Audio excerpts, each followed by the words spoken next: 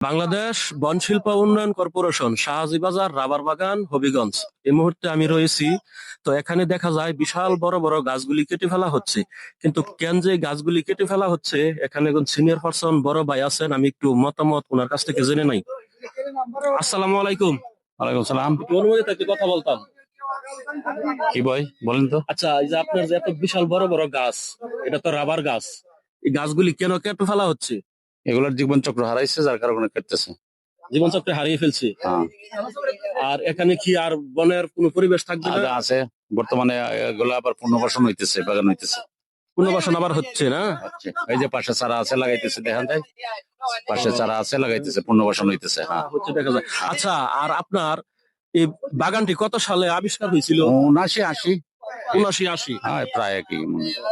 আর এই গাছটা একটি গাছে কত গ্রাম কষ দিত? 100 গ্রাম, 150 গ্রাম, এরকম 200 গ্রাম।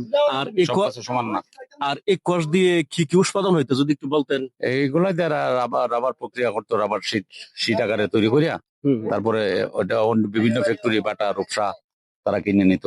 এই মানে জুতা, বেল্ট ইত্যাদি সামগ্রী এইগুলা রাবারে তৈরি করতো না, রাবারের শুধু রাবার তৈরি করে রাবার বিক্রি করে দেয়, সেল করে দেয়।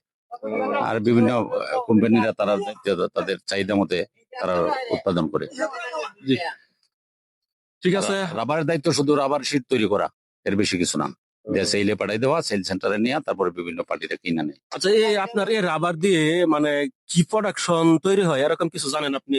টায়ার টিউব, যা শুনছি, টায়ার টিউব, তারপরে জুতা, বিভিন্ন আইটেম। আচ্ছা, তো ঠিক আছে, আপনার মূল্যবান সময় নষ্ট করলাম, সেজন্য দুঃখিত। মনে কিছু নিয়েন না, ভালো থাকেন, সুস্থ জি, ঠিক থাকেন। আছে, ঠিক আসসালামু আছে। আলাইকুম। আসসালামু আলাইকুম। ওয়ালাইকুম আসসালাম।